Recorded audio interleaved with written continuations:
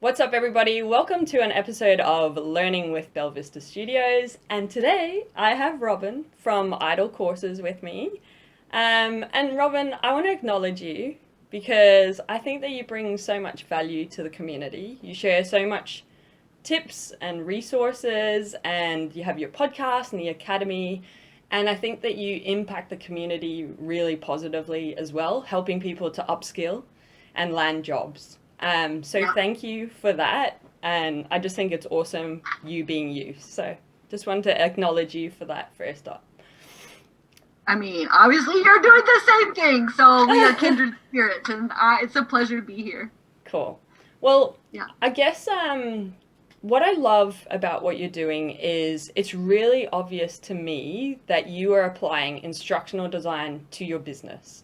So I actually wanted to chat to you about that today and have a different lens on instructional design, because we can all say the same thing about instructional design, but I think if we hear it applied in a different context, the stories will be different and something might just click a little bit different for people.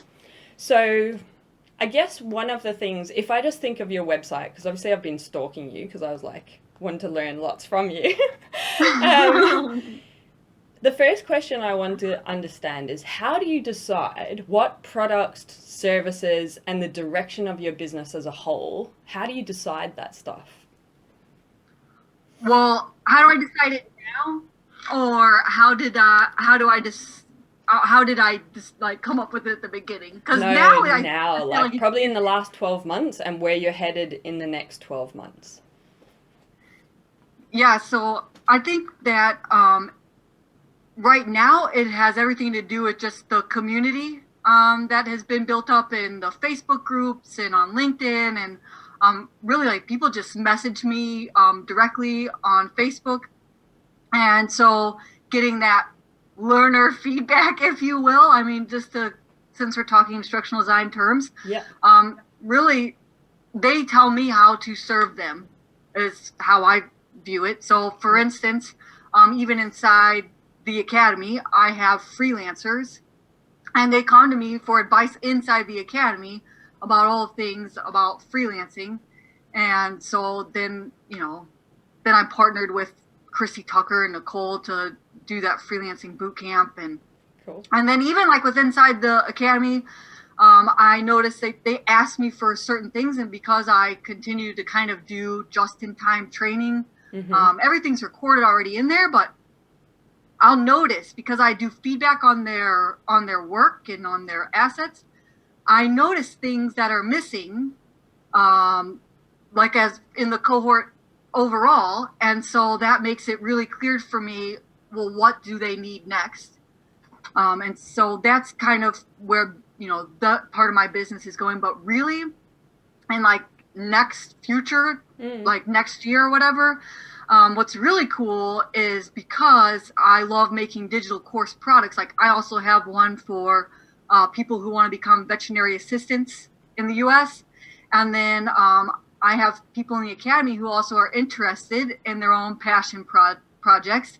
And they come to me because they have a course idea that they know they could sell, but like it's all the things that you got to do to get it ready for market, that they bring it to me and I partner with them. And so right now I've got one in the works for a real estate license course, and things like, and I have coaches. And so I really, in the next year, I want to keep building digital course products. That's cool. That's where I want to go for myself and clients. Yeah. So you listen a lot, it sounds like, and you're pushed or pulled towards where the need is. And I guess for instructional designers, this is the A of ADDIE. It's the analysis. You're really being told there's a need for this. How do you manage your own personal passions and interests, or does it just happen to like meld really well?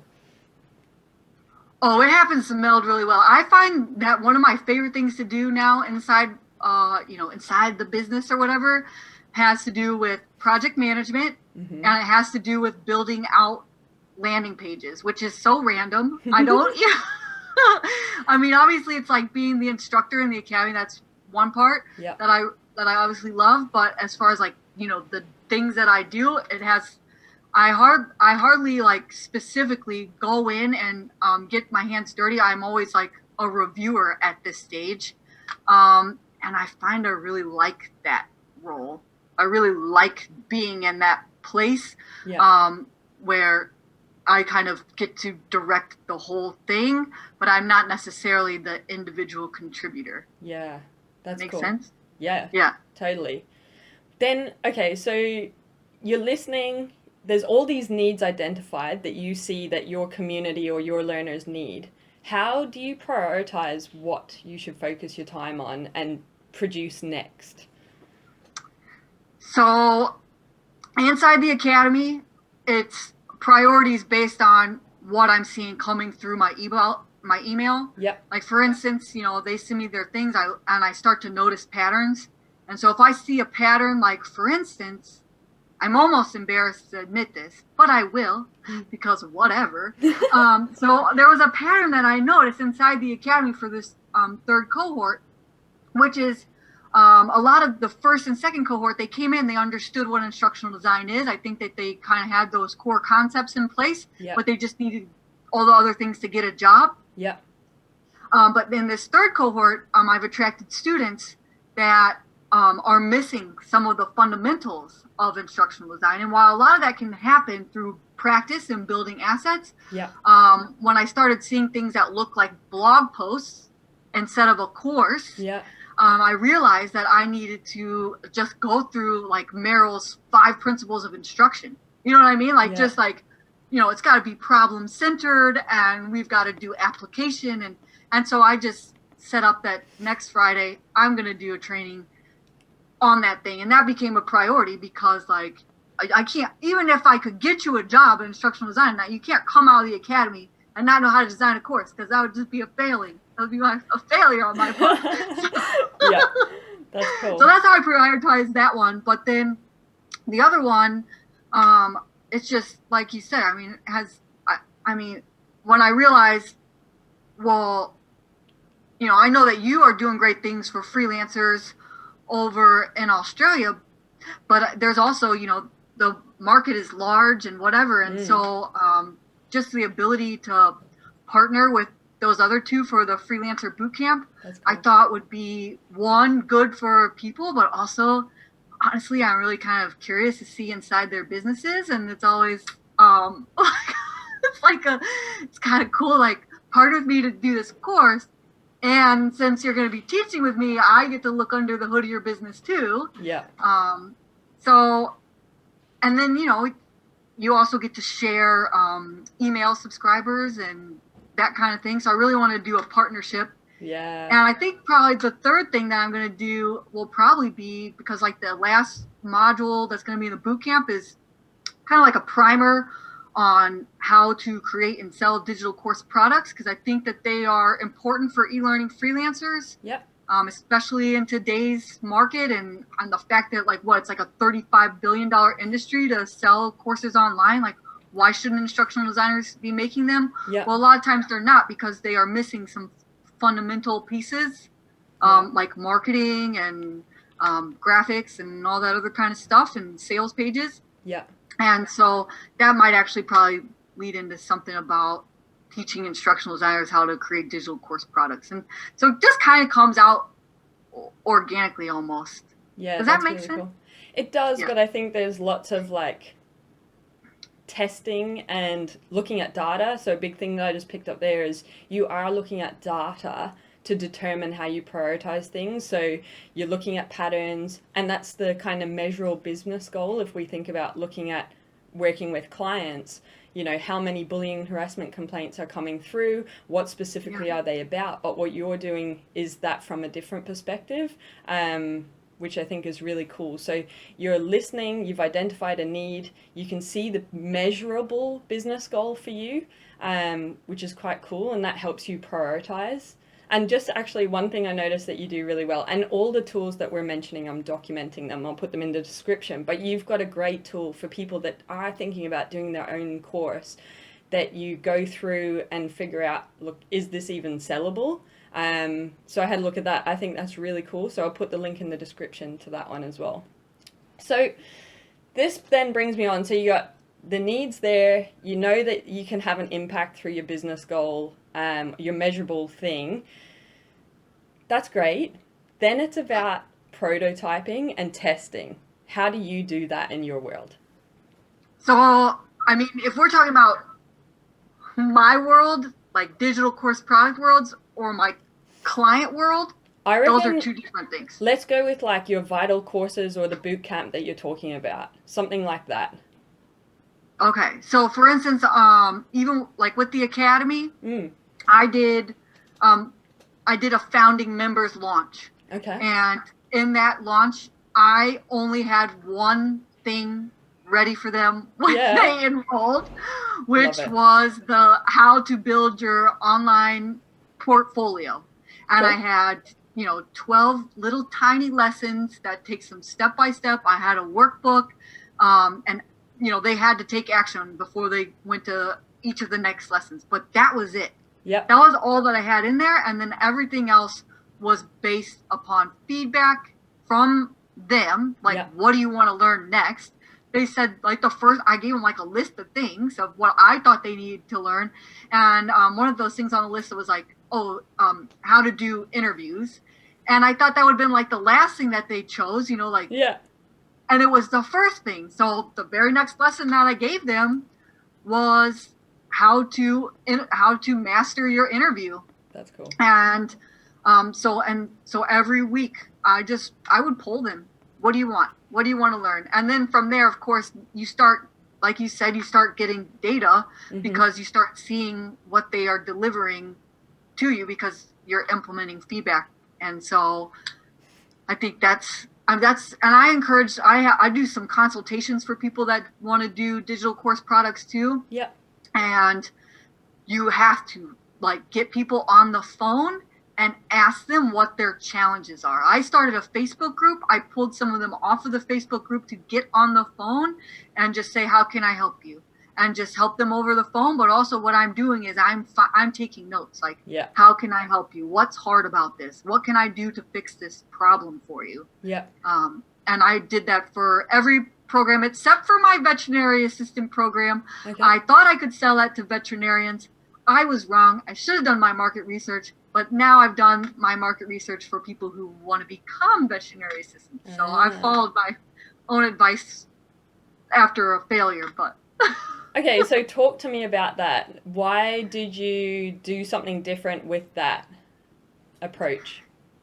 Yeah, so Vital Courses is actually the first digital course product that I ever built. Cool. And I built it without doing any market research, without, I of course had subject matter experts who are veterinarians and vet assistants and blah, blah, blah. And they're all like, yeah, we all need this. But that's an echo chamber coming from inside the industry. It wasn't me going out and pre-selling that course to, in that case, it would have been other vet clinics. Yeah. If I would have done that, I would have realized that that veterinary clinics do not pay for training.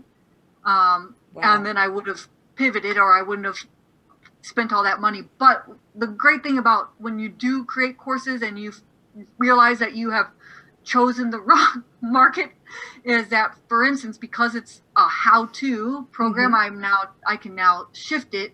And now I've called people who want to become veterinary assistants, and I put them through the course, and I got their feedback, and I got them on the phone. Yeah. And so now I know how to talk to them and how to package that course for them. But brilliant. Yeah, that was my first one.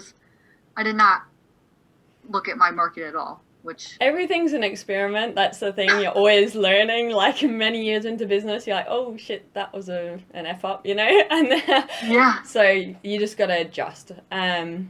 I like what you're saying there. So the summary for me on that part of it is, we or subject matter experts can have a perspective on things, but it's really important to do your user testing. So interviewing is one of the things that you discussed, and really speaking to them, because you need to understand their world and what is the context. Like, for example, vets don't pay for training, but new people trying to get in will invest in themselves because they're trying to get the job and put themselves above everyone else. And another way that you can do that is observing. So if you're in a corporate world working with clients, or you're working within your own organization, go out and watch people do the thing that you're trying to train on to see how it all works, what's going on from a knowledge, skill, motivation, and kind of culture perspective, and processes, what exists, all that kind of stuff. So yeah, basically summary of kind of my transferable skill from what you've been talking about is talk to your users. Don't just assume that you can solve the problem and you have all the answers, or that your subject matter expert does. Yeah. And also, thing I really found helpful in corporate training is like, yes to the users, and also pinpointing that master student, or like the one that is like the high performer. Yeah. Because those people really shed light on like what are those tricks that they're doing. You know, why are you the best salesperson? Yeah. And then you find out like, what mindset? How do I teach mindset? This is cool, because this actually leads into my next question, and it's about motivation. So it's all great to do this user testing and find out the need and have a solution. How do you convert people how do you get people to pay for something? Because it's always great for them to go, yeah, I love your idea, Robin. That's amazing what you're doing at Idle Courses. I fully support you. And then next minute you're like, give me $5 or whatever it is. So sure. How do you do that? I'm still learning. No, I mean, well, it's the thing. It's, I think it's not just a one-time event, right? It's about, am I the best person to solve their problem? And have I presented my solution to their problem in a way that speaks their language, resonates like with whatever is going on in their current world? And is there enough people who can testify that this has worked for them too? Don't worry, it really is all that, you know, she promises it will be, kind of thing. And I think a lot of that has to do with, from the very first time that I opened up Become an Idol, you know, I gave and continue to give to that Facebook group for like a good 8 months before I even offered some kind of paid offer. Anytime people emailed me, and still today, if you email me, and it's our first time, actually just anytime you email me, I'm not a writer, I am a talker. So I record video messages, like I record my voiceover on the video, and like that's my response to you. And I really give like thorough answers. And so it's, you know, they say nurturing. I mean, I guess that's a word for it, you know, nurturing, but really it's, I just give and give as much as possible until it really becomes a place where if I'm to give you more, it makes sense that you pay for it. One, they become invested in their own journey and in their own solution of doing the work. That's really important. Doesn't matter what I do if somebody doesn't do their homework or, you know, turn in assets or get like do something to get feedback on. And then of course, you know, so that's number one, is they become invested. And two, like it allows me to focus and deliver the best of what I got. So if you see what I give for free, then you know, if you come into my paid programs, then no, I mean, the world is yours. I make a solemn promise to every single person that comes into my programs that you know, whatever my course promises, it is my promise to you, you know, to make you an instructional designer or to help you be the best freelancer or whatever it is within my power. And I think that's, I mean, it's about people believing that you can deliver on your promise and solve their problem. Yeah, I think you do that really, really well. I haven't personally gone through any of your stuff, but what I can see is you giving value, you really care, and the things that people say about what your mission is about and their experience of it, I think that then does help other people that are kind of going, oh, should I, what, you know, it secures that decision for them. So I think you're doing a really good job of that. In terms of, there's so many great tips that you've just shared there. How do we transfer, let's think about people that are working in L&D now with, and they don't have that time to build the community, to nurture and do those things. And generally it's just like, make this training course, now go do it as a learner. Do you have any insights or thoughts on how to apply what you do in your world for people working in the corporate land? Yeah, well, I think it has, when we do what we call launch runways, in digital course products. I think it's very similar in corporate. You can do a launch runway with your future learners, and that, of course, requires you to nurture and get the buy-ins from those managers, from your stakeholders, or whoever is going to be the one that holds those people accountable and encourages them to take your training. And then, of course, if you're doing the part where you're going around and you're talking to your learners, or you're getting them on the phone and you are telling them that you are creating solutions for their problem, and you create a launch runway of sorts where maybe they have the managers have a meeting about it, and they see the surveys coming in, like, what do you want to learn in this, or what's frustrating you. And when they see those kinds of things, it's like they're kind of aware that a course is coming. Then they have a meeting and a manager is telling them about that this training is coming, and then there's like an announcement that comes in their email or whatever. That's kind of like a mini version. So those launch runways, and there's many different ways to do that. But I think that's a similar thing you can do in corporate, just to kind of get people excited. And there are other ways that you could even like integrate incentives, or make it exciting, or, reward people for their interest in your training program. That's cool. It reminds me of a blog that Hannah's writing at the moment on the mirror exposure effect. And so if you're looking at like, calling people, letting them know, managers are talking about in meetings, all this stuff building up to it as you're just actually doing instructional design and developing the course, just the fact of them hearing about it and it being in their world over time, they are more likely to like it and it will appeal to them because it's just been in their lives. And then they're like, oh yeah, here it finally is. Rather than like, here's the training, you must do it, and you've heard nothing about it. And then you're like, why are we doing this training? So I really like that. That's cool. Yeah. And even bringing them in for like beta testers. Like the first time I ever made a gamified course, I had to have users come in and test it because there's so many ways it can break, especially when you have like all these variables and triggers and like dings and whatever. And so just the fact that like a lot of them had come in and were part of helping me fix the course and find errors and trying to break it, that also made them more interested, like when they saw the final product and take the course, because they had a hand. It was like they were like co-creators. Yeah, that's cool.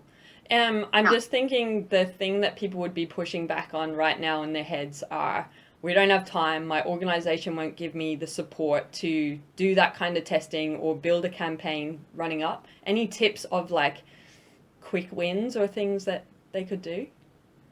Yeah, you could just do an email series. You could write it all out at once. You could have, this is what, you do in the digital space or whatever. You could do a similar thing in your business. You could even like hand over like 3 or 4 emails and say, send this out on this date, this date, this date, and this date from your office. And then you just keep that template and have that be your little mini launch. Yeah. Every time you launch a course product or vary it up, put something fun in there, like gifts or whatever's appropriate for your culture. Yep, I love it. I think, and the thing is with that, like you could literally just spend 2 hours to set up your emails, like write them and get them sorted for when you're going to do it, and just pop it in your calendar for when you need to send them out. And like 2 hours on the scheme of things is nothing. So the success, like I'm sure you'll agree, the results and uptake and impact of your training will be higher if you take that 2 hours to do just a simple email series, like you said. Yeah. And even maybe an email series, like kind of like follow up, like, hey, did you see that really cool part about whatever lesson? Yeah.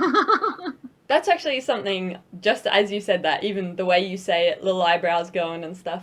I think bring personality to it, bring your, like, who you are into it, because we always get the corporate blah, blah, blah kind of email, of what we're used to. So then you don't stand out. People's curiosity doesn't peak. So I think bring whatever you're about and the passion and your why about the initiative or your own training course that you might be trying to sell. Bring that into your communications and really just allow you to shine, because people will resonate with that as well.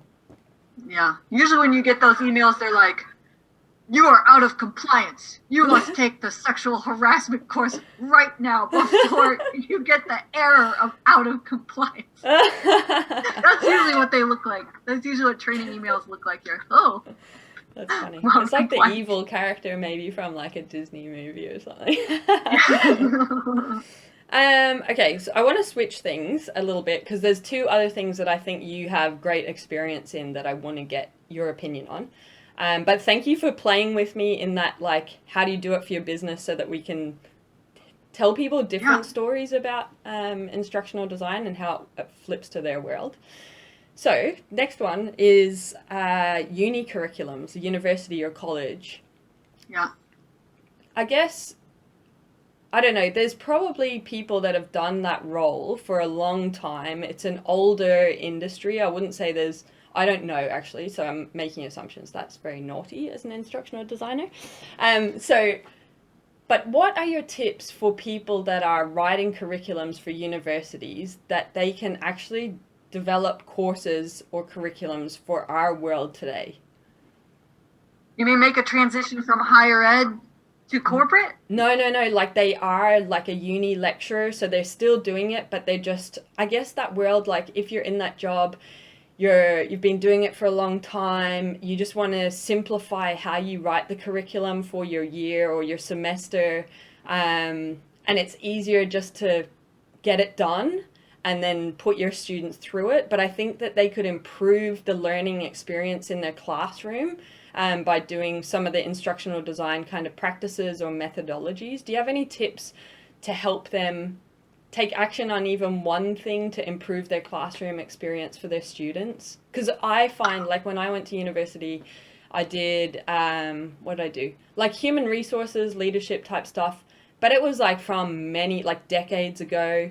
When I went into the real world, it didn't apply. I may as well not have gone to university. Everything I learned is on Google. So I'm just thinking, like, there has to be like better ways of doing it to design curriculums for like today's world. Do you have any insight or suggestions for that or perspective? I think the part that is missing from university curriculums, but I think they try to do a better job, because I've written courses for online universities and so on and so forth. I think the part that really is missing is that application. And the thing is they say, well, we do application because we have them write final papers. Oh yeah. Or we have these formative assessments that build up to the summative, which is this large final project. Yeah. Or whatever. And then the other thing about that final project is they don't get feedback usually till after that course is over, because it's a final project, unless they do it where the final project is due like a week before, and then maybe they'll get feedback. Yeah. But those final projects, a lot of them look like papers, and they are papers. And so many times, the things that we don't use in the real world is because we didn't actually have any kind of application in the university program. And of course, I'm thinking about instructional design, for instance. You never actually build a course from start to finish for any purpose whatsoever. Yeah. Not in a master's program, not in my PhD program. Mm-hmm. And so that just thinking more, instead of like a final project being a paper, but it being something applied. And there's so many ways that you can show application at the end of a program, and even build in milestones to work towards that final application. I mean, the fact that you can like video yourself doing a thing now and like submit that, or, you know, you can get sign-offs from people who witness you do things, or you can take a series of pictures, you can present on a project. I know, for instance, when I taught world religions, one of the things that I would have them do is go and visit like a religion outside of Christianity in the neighborhood, and like go and visit them and take pictures, and then come back and do a presentation and report back and teach the class about that religion and what they learned when they went. So I think application would help. That's awesome. And for their summatives. Cool. I really like that. Thank you for sharing. Last question is around tips for people writing their resumes to land jobs, because I know this is a strength of yours that you'll have some great tips. So what have you got? Okay. So I got quite a few, but let me get a little comfortable. So, glass of water. Is this for, I know, I don't have one. I actually keep looking for it. Okay. So is this for instructional design resumes? Yeah. If you're an instructional designer, yeah, your community, the people that you resonate with, let's deal with them. Okay, so I would encourage you to have 2 resumes. One resume is your text-based, like, so it's easy to throw into the applicant tracking system when you are, if you're uploading a resume and you haven't like networked your way into that resume database or whatever, is you want a text version. And you also want a beautiful PDF version. And I really highly recommend that for instructional designers. You can get a template off of Etsy. You can get, Canva does some nice ones. You can go and buy one off of a creative marketplace. I mean, if you don't have like top-notch graphic design skills, which not many instructional designers do, I recommend that you go and buy a template. They're like $5. It's going to make a world of difference for you as far as standing out, because I think you should write 2 resumes, because you're writing one for the computer and you're writing one for the human. And so a computer is going to, you know, read your text-based resume and look for your keywords. You should have keywords that come directly out of that job description and are put into your resume. So you maybe want like a boilerplate type of template of your resume that has, you know, all your dragon slaying moments there in your resume.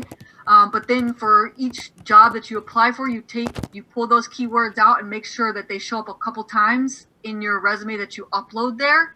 It makes it really easy if you already have a boilerplate one, that you then grab those new keywords and put it in there.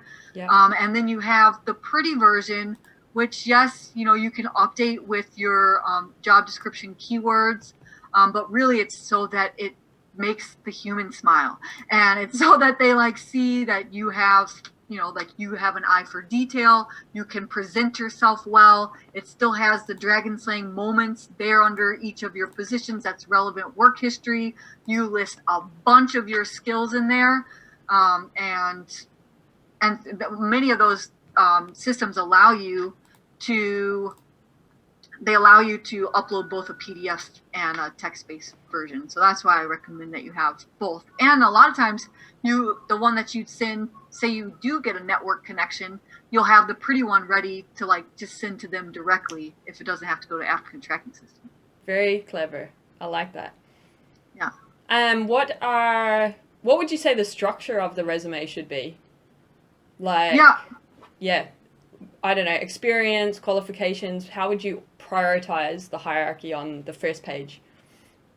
So if you are transitioning, then you do relevant experience, and you give yourself, if you're a teacher, you say teacher / instructional designer / e-learning developer or whatever. Because even if you're a teacher, you usually are developing courses in an LMS, you are writing curriculum, you're instructionally designing for your classroom, and you're probably doing some professional development for your peers. And so you write your title where you include instructional designer, and then, I mean, your dragon slaying moments is data. That's where your qualifiers come in. Like, I taught this many students, I created this many courses, I had, this percentage of feedback on my surveys, and I implemented this process that went global for this many people, or that kind of thing. So all relevant experience with those kind of moments underneath. And, you know, most of the, and students in the academy, I have them create resumes where they have the skills are really highlighted. They're kind of put on like a little corner, like a table on the side. But really just anywhere where the skills all jump out at you, right? Because that's just so important in our marketplace, is to be able to know at least some of the tech. And then show that you have an aptitude for it. Even if you have to learn other pieces of tech. And that project management. Don't forget that part. Yes, I agree. Awesome. And then of course, you know, everything else follows suit, you know, education and leave references off. People kind of like, well, especially in the US, maybe it's different in other places, but people seem to be turned off if people include references on their resume. Oh, how come? What are you noticing? Well, just recruiters have been saying things about it. I don't know if, well, people probably don't know, but my last full-time working job was as a director of learning and development at a recruiting and staffing firm. And so my office was right next to the recruiting pit, as they called it. And all so the goss, tell us. So I would hear them say things about like, why do people put their references on there or whatever? Wow. I want them, I'll ask for them. And Well, definitely, I would say here the culture is that it's expected to put on there. Like, I don't know if it actually is, but we have been told maybe through school or whatever, put your references at the end. That's quite cool. But I know in Australia, if you get an interview, I think they have to ask permission to call your references anyway. So then you can hand them over and say, yeah, this is the person you need to call. And then that's also like a hint, because you know when you like apply for a job, have an interview, and then you're waiting, that's also when you know, like if they ask to call your references, you're doing pretty well in the process, and you could be getting a good call in the next like couple of hours. So yeah. You'll get that offer letter. Goddamn. That's awesome. I feel like I've exhausted my questions for now because you've given me so much really good stuff. And so thank you for that. Is there anything burning that you're like, can I just share this, Kim? What is burning for me? I don't know. I don't even know what's burning for me. I just want the stuff on your stove, dinners burning away in the background. Yeah, right. I got a Ninja Foodie. I don't even cook on the stove anymore. Oh, that's cool. I know. We can't talk about Ninja Foodie. That's way off topic. I'll put the link in the description. Y'all can get the affiliate link. Okay, I want to try a new thing just to end off this particular podcast. So it's a quick fire round. I've got 5 questions. I just want your quick response to it. First question. Dun, dun, dun. We need like cool music to play here. All right. What is the core skill we should be learning right now and why? The core skill that you should be learning if you are new to instructional design is Merrill's first principles of instruction. That's the thing that I've noticed is missing from a lot of new instructional designers. If you are an old school instructional designer, I think that the thing that you should be learning has to do with something that's old but still emphasize that's new. And that is talking to your learners and more of that learner experience design. And all I just mean is just like what we were just talking about is talk to your learners. Sweet. That's core skill. I like that. And I don't know about Merrill, so I'll be Googling after. What could the L&D industry do better, and how could they achieve this? For me, the answer to this question is that the L&D industry would do better by trying to sell a course online. And I say that because the whole process that you go through instructional design gets really tight and really focused and really zoomed in on when you realize that you have to do every single step and you got to do it right or nobody's going to buy. And if you had that same kind of mindset when you brought it to your corporate audience, where you need to interview your learners, you got to know your market, you got to launch your course, and you have to make sure that your course is driven for results.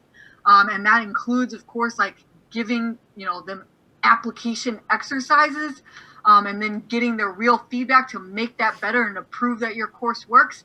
Then courses in corporate would be better if they took advice from people who try to sell courses. 1,000,000% agree with you. I think that is fantastic. Thank you. All right, number 3. What is the one principle you apply to solve the business problems you work on? What's the one principle that I apply? Yeah, or methodology or like process that you kind of always use. Process that I always use. I mean, it's pretty much most people's process, but I mean, it has to do with like, what do you want? What's your problem? What kind of course do you want? Because I'm somewhat of an order taker as a e-learning business, so it's a little bit different. All right. But the process is the same. You know, but the client call is very different, like, oh, I got this for you kind of call. Yeah, I get that. We have them too. What are you learning at the moment? Okay, not only do I, create digital course products, I am like a junkie. I buy them all the time. I remember I've bought digital course products just to see. I've paid $2,000 just to see inside a beautiful course before. Like, no joke. It was quite beautiful, but I will say there were, it was baby stuff, but it was so well done. But I am currently in a course with Anna Sabramowitz, and it is her eLearning Secrets course about the interactive storytelling, and it's so good. I mean, just like the frameworks that she's giving, and I know stories are important, but I never really kind of tried my hand at building a full scenario based e-learning course, and learning from her has actually kind of got me pretty excited about it. I've seen some really cool like student projects in there, so that's what I'm currently learning. I like it. That's really cool. Actually, I just want to this is a book that I bought over a year ago, people, but it's called Storynomics, and I haven't read it yet. I'll put it back in the pile of shit that never gets looked at. But I heard that it would be really good for transferable skills for the L&D space. So those of you that are book people, I'm more an audiobook, that's why I haven't picked it up and read it. Suggest that. What are you about? This is meant to be quick fire, but now I'm like curious. Your $2,000 course that you wanted to see inside, what were the 2 things that resonated with you that you're like, wow, I want to do that for my courses because it's so special? Yeah, so I actually bought that course before I launched the academy, before I ever set it up, because I wanted to be, I still do, I want to be like the best of the best. Yeah. So I wanted to see like inside what the best of the best looks like, and it was actually Marie Forleo's B School. Oh, yes, heard of it. Yeah. She's cool. So she has a lot of little touches in there that they're just so lovely. For instance, she has a custom-built LMS. It looks like it's built on top of something like LearnDash, but you can tell it's been customized in just kind of a little bit of a special way about the way her course is set up. Yeah. But also, every time you complete a module, you get this little email from her. Obviously it's automated. Yeah. But you get this email and it talks about the lesson, and it's kind of like a little congratulations about what you've done so far in the course. Nice touch. If you use her links, like some of them are affiliate or whatever. Yeah. If you look at the URL, it says Marie loves you, and then it takes you to whatever the link is. And so it's just like these tiny little touches that are in there. Her videos are obviously like bar none as far as like production value goes. And so I knew I wasn't going to do face to camera in mine. And, and so mine are animated, but I knew that I wanted to do high value production, so I just did animated instead of, like Marie Forleo kind of studio that she has. And then, of course, the other thing is that she releases her courses on like her modules by the week, and then you get bonus modules even after like the live part of the sessions is closed, and you have it for life. So those are all things that I've implemented in my course as well. That's awesome. Except for the Robin loves you. I haven't quite figured out how to do that. But you do love people, and people need to know that, and it's evident anyway. So, last question is, although you probably just answered it, but it's, what's the best learning experience that you've had? Oh, well, I actually I was one of those course quitters in that course, so that wasn't quite the best learning experience. I know. How come? I was one of those, like, I was digging around looking. I was like hacking her course is what I was doing. I wasn't like necessarily there to learn about and that's a business course that Robin's talking as well. It's not necessarily instructional design or whatever. So no, it's like for people who want to create online businesses. Yeah. Okay, so best learning experience. So my best learning experience, I mean, the recency fallacy. I mean, it has to be currently the things that I'm learning about my students in the IELTS Courses Academy. I mean, I feel like I've learned so much about delivering for my learners by having them with me all the time. You know what I mean? Like, just really, I'm constantly being updated on like how to support them and give back to them. I think that's really been my favorite learning experience so far. That's really cool. I think now that's twice it's come up in our conversation about putting yourself in the user's shoes and from an L&D perspective. So if you're an instructional designer, you're in the L&D space, OD, whatever, go do and be your own learner, because then you will really empathize and have better success for the training programs, whether they're online or face-to-face, that you are creating. Yeah. Well, I'm wrapping it up now. Thank you so much for being an absolute legend, for giving your knowledge today, and also just the things that you are doing in the industry. Appreciate your time, and thanks for being with me. Kim, I love hanging out with you. Seriously.